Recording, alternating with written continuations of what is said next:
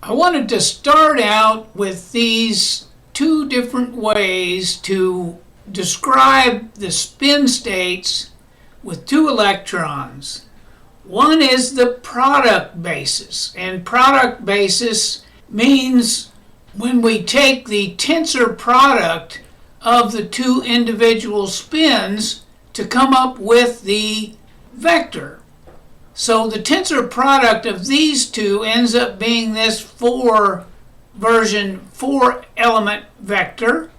The tensor product of these two comes up with this 4 element, and so on. Now, if the spin basis is, this is the spin, and this is the choice of the projections that presents to the z-axis. If we do this one, spin 1, this is the vector. I'm sorry, S1, M1, this is the vector that results.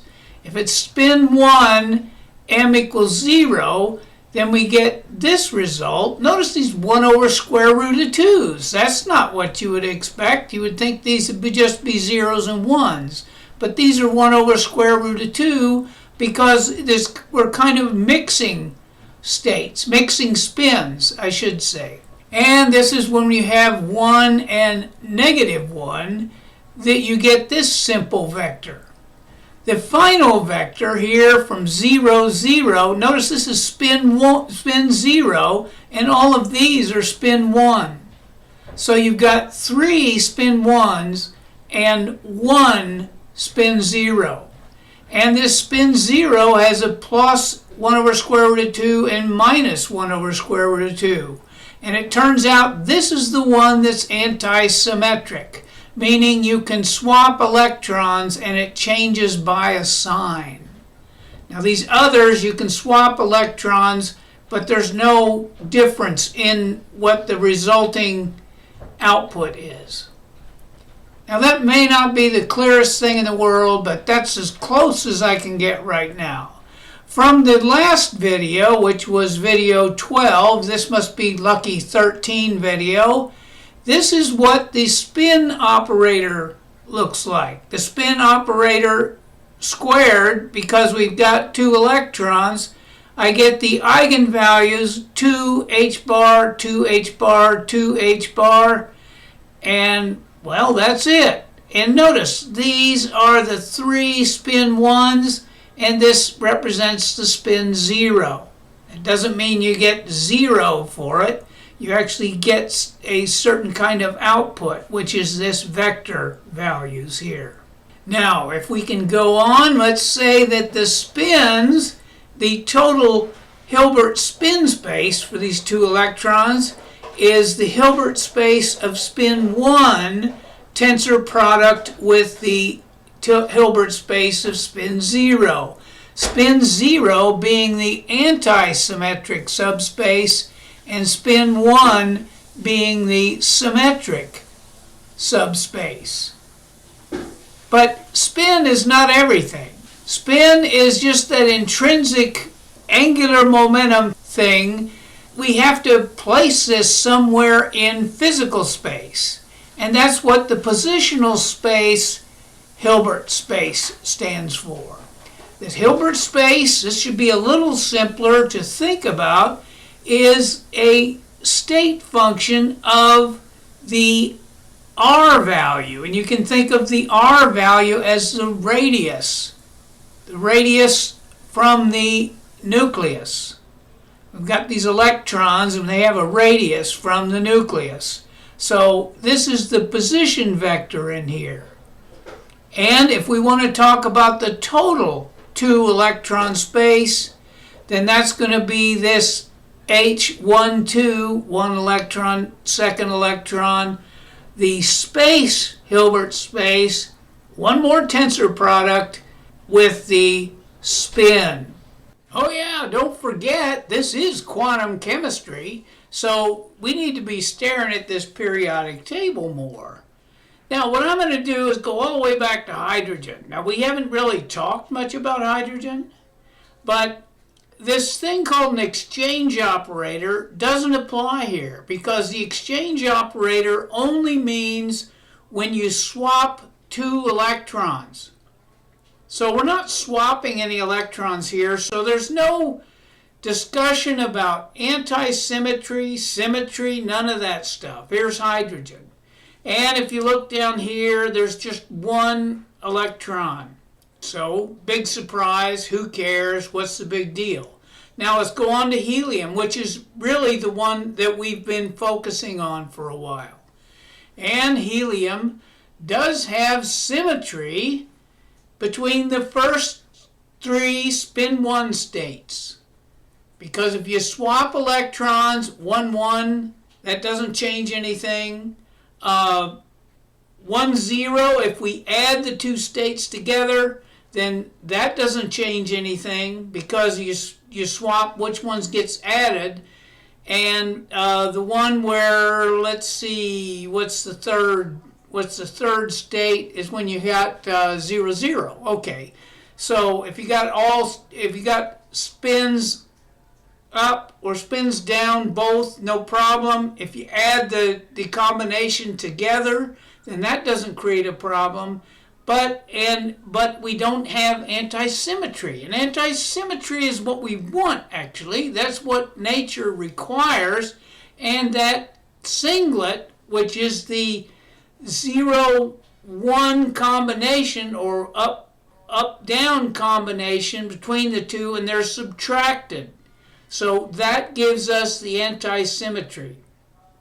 And if you go down here, yeah, those two sit together, and that's what you've expected.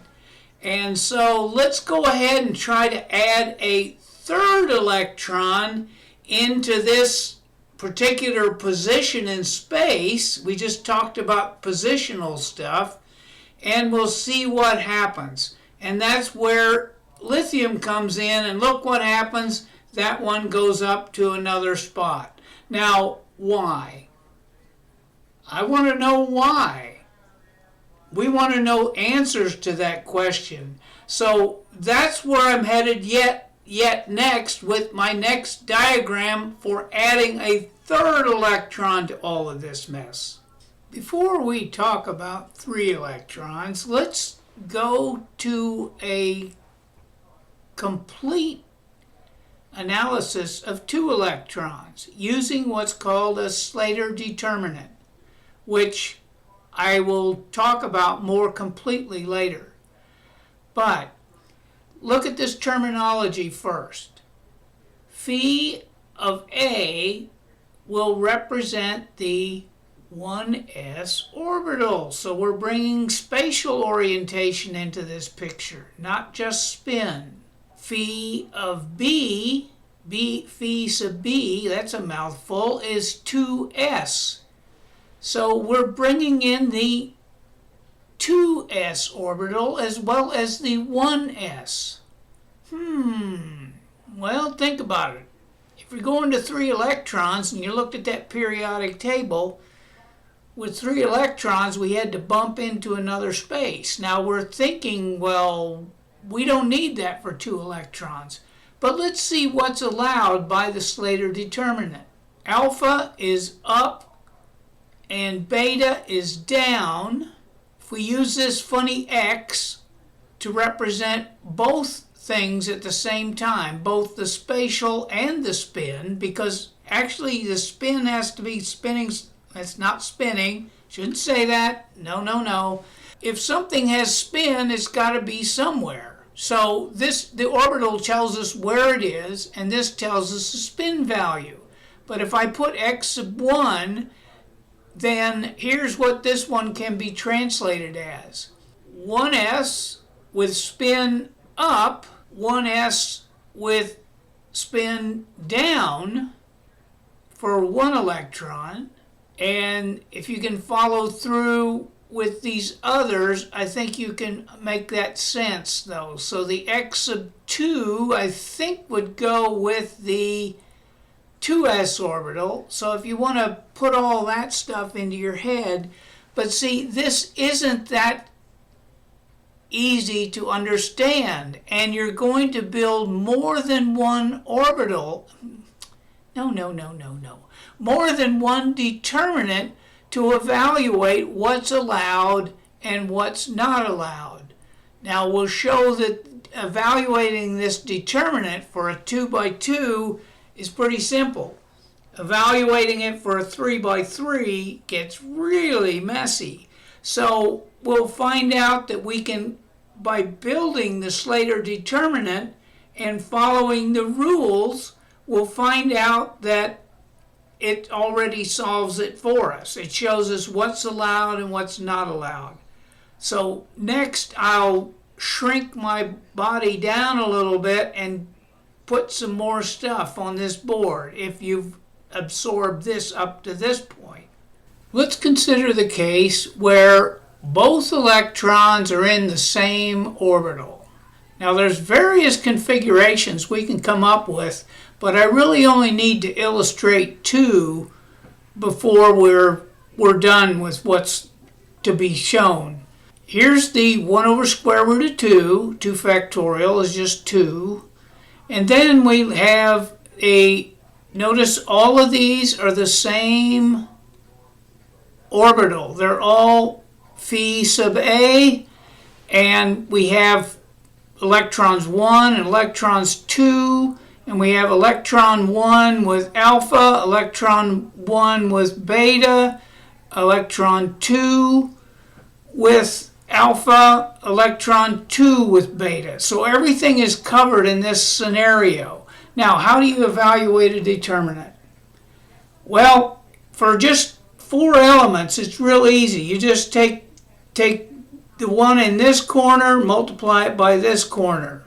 Okay? That's what I got over here. Then you take this corner and multiply it by the other corner. And you subtract the 2. And if we go through and subtract these, I think you'll notice I've got if we swapped electrons 1 and 2, then what would happen is we would change the sign of this difference function. And by swapping electrons, we change the sign, then that's an allowed configuration, and that's one that will work if we have both electrons in the same orbital. Now, if we have both electrons in the same orbital, but they're the same spin, then here's electron 1 with spin alpha, here's electron 2 with spin alpha, and the same is true for the other possibilities. Well, if you multiply these things out, you just end up with 0, which indicates that the Slater determinant has figured out that this is not an allowed state. It does not follow the Pauli exclusion principle. It doesn't satisfy anti-symmetry, all of those things. So next step is to see what happens if we have 1 electron in each orbital. What are the choices there? Now you may say, well, why is that other orbital even being considered? Well, what if the energy situation is such that one of the electrons is in another orbital? So we have to consider those, because if the energy is such that one of the electrons is in the higher orbital, or the 2s orbital, then is that allowed or not allowed? So let's figure out that one next. Okay, I would study this diagram and make sure it's right. I had to make a few corrections from what I had before, but it's all matching everything up. So examine this last one and notice that I've got the orbitals A and B. Up here, all of it was just A. If I do this one, this is a valid combination of things, where I've got a alpha and an alpha, but they're in different orbitals. So that seems to satisfy the anti-symmetry. And that same case is down here. So if we multiply this thing out, you'll find out the same way that if you swap electrons, you will change the sign of this difference value. Electrons in different spatial orbitals, all valid Slater determinants. And there they are. You can kind of keep track of them by the spins. Here you've got 2 spins the same that are alpha, 2 spins the same that are beta, and then the other combination, alpha and beta and alpha. So those are all of the combinations. Each one of those satisfies anti-symmetry by what? Electron spins? No. It's by the orbitals differences. So if you have orbitals that are differences, that satisfies the anti-symmetry. Let's pause here and try and absorb this page. Let's look at the easiest part of this. Well, there's a minus sign on this capital psi. Big Greek letter, looks great. And there's no minus sign on this psi. So what is this? Well, it actually is an extension of it is a statement of the Pauli exclusion principle. Notice the way this is laid out. I've got some I's, got some J's, and then if you look over here, the J's come in front of the I's. So what that means is if you swap these combinations, and these are kind of associated together. You've got a spin orbital out of all this. You've got the spin and the position of the electron. So you're actually swapping spin orbitals back and forth here. And that must hold for every pair automatically, no exceptions. So you keep swapping the pairs and everything, and it keeps maintaining this minus value. And if the spins don't take care of it, well, then the radial orbital has to take care of it. Now, exactly where do these radii come from? Well, in the Schrodinger equation, let's see, somewhere here I got the Schrodinger equation. These R's are a result of the energies that are predicted for the electron. So we're still talking about an electron, but it's where the thing is as a spin orbital. As the energy changes, then the radial value changes. And that actually, and we can't think of this as just a simple radius, just talk about spin orbitals, because as we add more electrons, the orbitals will get more involved. And I'm sure you have seen that from the periodic table that I had up earlier. So I'm going to represent these spin orbitals as this letter, this kind of a different looking X. This is considered an exchange operator. What function do we perform on this to create this swapping of these different things? And that's this exchange operator that swaps rows I and J. Okay, rows. Rows of what? Well, rows of this matrix. And this matrix represents all the different possible states that might occur in a multi-electron basis.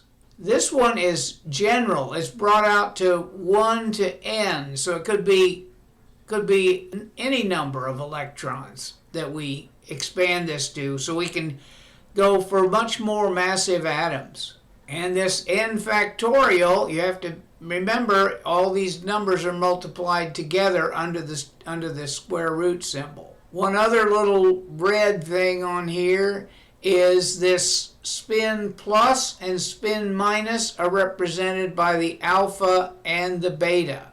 So that's just by definition. We're keeping track of that. Now let's approach this angle from 3 electrons. As we go across here, let's remember the if we take this determinant on the other side, we should get a negative psi. Well, what's the psi? Well, what's the 6 come from? This is 3 electrons, so it should be 3 factorial, which is 1 times 2 times 3. That would be 6. And here's all the things spread across. This would be 1 electron orbital, which involves a spin value and a position value. To evaluate this determinant, it gets a little more complicated. Now, to make it a little easier to evaluate this, we take this x sub 1 and then just kind of wipe out these 2 columns here. And then what you're left with is this little box, which looks like the 2 by 2 determinant that we had on the last page.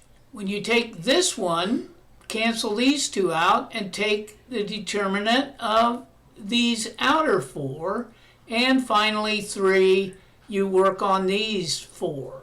So if you look at that 1, 2, 3, that's how they're evaluated, and these things all look the same, but they're not really if you examine the details. Let's try to examine the combinations of things that can happen. Well, we've got 3 electrons. That's where we started. This was all about 3 electrons. And those 3 electrons, there are 3 possible spatial functions that could be related to those electrons. And, we don't know if they're the same or they're different, but each one also has associated with it either an alpha or a beta, typically spin up or spin down.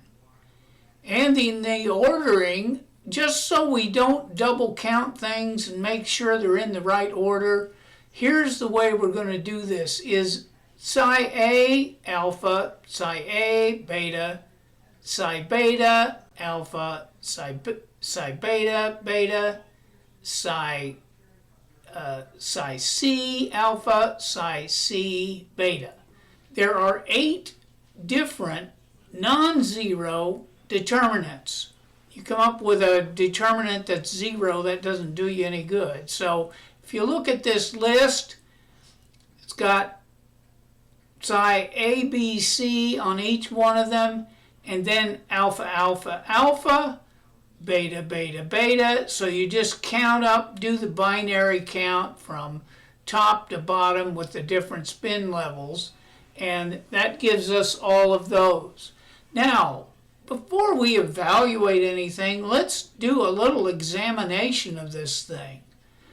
Is it possible for 2 different electrons to occupy the same spatial orbital?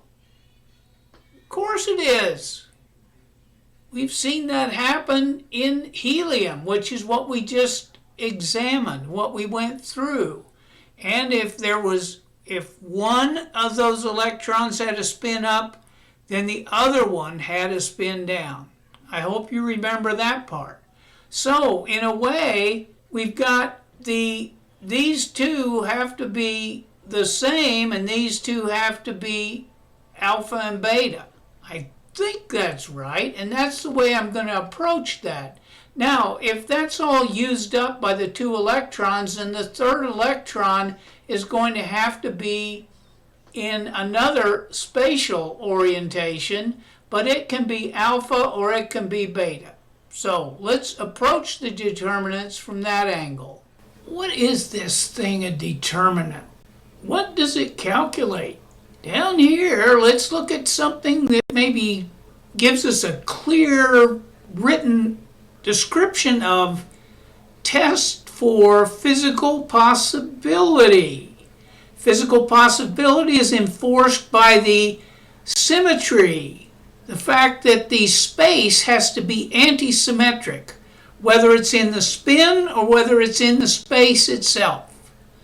So let's look down here. A Slater determinant represents one allowed way of occupying spin orbitals with indistinguishable electrons. So that says a lot. The electrons can't really be pinned down as to whether they're one place, another, spin up, spin down. We just know that those states are all represented there at one time. So if we can build the determinant correctly, use the non-zero determinants don't make sense. They exist, but they don't really represent the physical state. So we don't call them Slater determinants unless they satisfy these criteria of being non-zero and this statement down here. So try to keep that in mind. By now you're very burnt out. So I'm going to close this video off with this multicolored diagram and then some closing thoughts about 2 and 3 spin electron configurations. Hydrogen, there's not much to talk about. There's just one electron and there's 2 different states it could be in the same radial energy, up or down. Doesn't matter. Now, if an electron joins that energy state, then it's going to have to be the opposite of whatever was in there before. So, for two electrons, we have 2 dimensions for each electron. And for spins, we've got a 1 space, subspace you could say, which takes up 3 of those dimensions. And then you have a 0 subspace that just takes up the other 4. Takes up the other 1, so we got 3 plus 4. Hey, I can count. Anyway, let's go on to 3 electrons. We haven't delved into this too far, but 3 electrons is going to have 8 dimensions, and those 8 dimensions are listed here in the 2 red boxes and the green circle. For spin 3 halves, see you've got 3 electrons, so you can have 3 halves spin at certain energy levels. So you're going to have 3 halves, 1 half, minus 1 half, and 3 halves. And those give you the 4 higher energy states for the electron. And with that, here's the representation of the different spin levels that come along with all these different things. So we'll get to that in a little bit. Before I go there, let's just look at this one. How could we have 3 similar spins but only 2 orbitals that you associate with lithium? Well, lithium has 1s and 2s and 2p. So in this position and this position, we're actually using the p orbital, but that's only in higher energy configurations. This is more what we're used to with the 1s and 2s configurations to come up with these results here. Same over here. And this is called a quartet, and for ground state, this is the singlet. Doublet. It's a doublet, not a singlet. Anyway, these 2 states here represent the ground state situations that occur. And finally, we've got 2 other dimensions. 2 dimensions that are still unaccounted for. That gets a little involved, but these are actually things that are allowed by the Slater determinants, but we'll have to figure out whether nature will actually move to any of these 2 dimensions or take advantage of them. And with that mind-bending close, we'll start another video 14 that will get more fun.